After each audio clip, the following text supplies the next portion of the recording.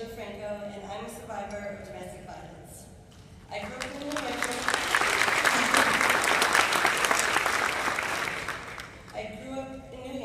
Freezing and watching MTV spring break videos, and all I ever wanted to do was come to Florida and be warm in the sun. So I did. I moved to Jacksonville, I finished high school, I got married, had 2 kids, got divorced. By this time in my life, I was still only 24, so I was ready to look for those spring break parties. At this point in my life, I was very happy. I had worked hard, and my kids on the weekends, I liked to hang out with my friends and go to town. I had a part-time modeling job doing car shows. One weekend I was in Orlando, and the after party was at one of the bars, and this is the night that I met him. His name was Pablo. I thought Pablo was amazing. I felt like love at first sight. He introduced me to all of his friends, and they seemed very successful. He had a very nice condo. He had a nicer white Escalade. We got along great, and I wanted to spend every second of every day with him. Over the next few months, he convinced me to quit my job and move in with him, and I did. So I packed up the kids and off we went to live in Orlando.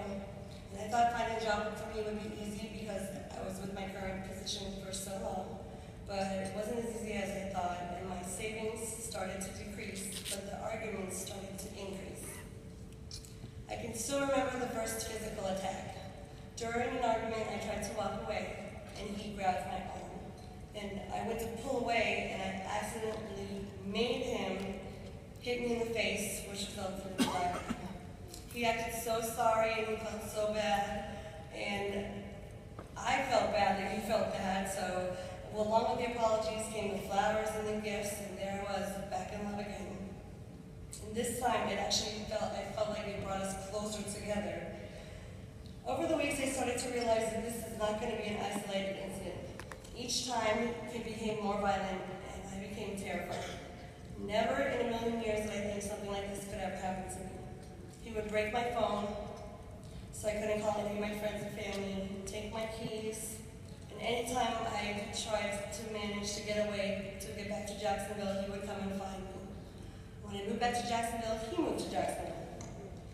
I can still remember some of the things that he did, such as he beat me with a toy bat that left bruises that I wondered if they would ever go away. He pistol whipped me, he handcuffed me in my room for days at a time. I knew this abuse was not going to stop and that I had to get away. And I didn't care anymore about my clothes, any material things, money. I just wanted to be able to have my children happy and safe and to survive. So after several attempts, we managed to get away. And this is when we went to shelter. For the first time in my life, not in my life, but the first time in a while, I felt very safe. I had my own room, my own bathroom, and the kids were playing with the other kids there.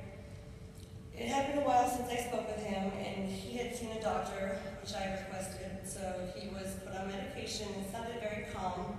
So I agreed to meet with him to get some of my belongings and to see him, and for him to see the kids.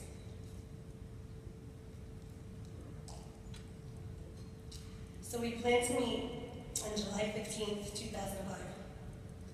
My 2 children and my 2 nieces, Brianna and Taylor, were with me.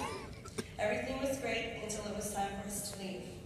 I could tell he was starting to act anxious. He was pacing back and forth, and I looked at my niece Brianna and I told her, "Take the kids and go somewhere safe." And she did, and when he got a phone call, he got distracted. I ran for it. I got in the car. I noticed the kids were all in there with their seatbelts on, and I looked up and he was standing right in front of the van. So I floored it, and he jumped out of the way, and all I could hear was gunshots. Of course, I thought he was shooting into the air to scare me until I heard the windows busting out. My son was screaming, I'm hit, and Brianna, my niece, who was in the front seat, said, "Auntie, he's running after us." So I tried to drive to the closest public place that I could, which happened to be 3rd Street Diner at the beach. And I ran inside and tried to beg for help, and when I started to try to beg for help, I noticed that my words were not coming out right, they were jumbled, and I realized that I had a gunshot wound to the side of my face, and it had knocked out my teeth and my jaw. But thanks to adrenaline, I was running around trying to get the kids out of the car, and my niece Taylor was screaming that Brianna wasn't to get out of the car. So I opened Brianna's door, and I saw her. She still had her seatbelt on with her eyes closed, and she was gasping for air.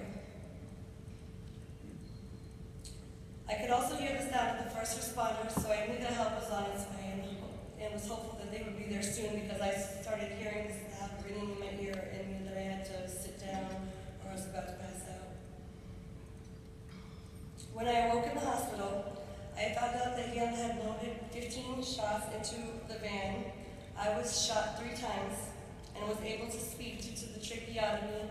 The bullet shattered my jaw and palate, so I had to have my jaw wired shut for weeks. Brianna was shot twice in the head, and she died the next morning.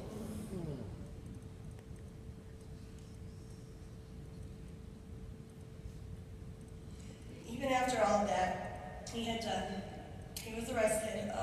I received letters from jail where he still blamed me, and he said things like, "Hi, baby.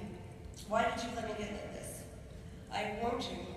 All I wanted was your loyalty like my mother was to my father, and I gave you everything. You were spoiled, and so were the kids. You have been with me long enough to know that I mean what I say. I begged you, please do not make me do this, but you always had to test me.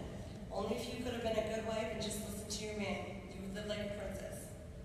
But at the same time, Duval County Jail intercepted letters to friends from him where he was trying to hire somebody to take care of his unfinished business and was offering $20,000.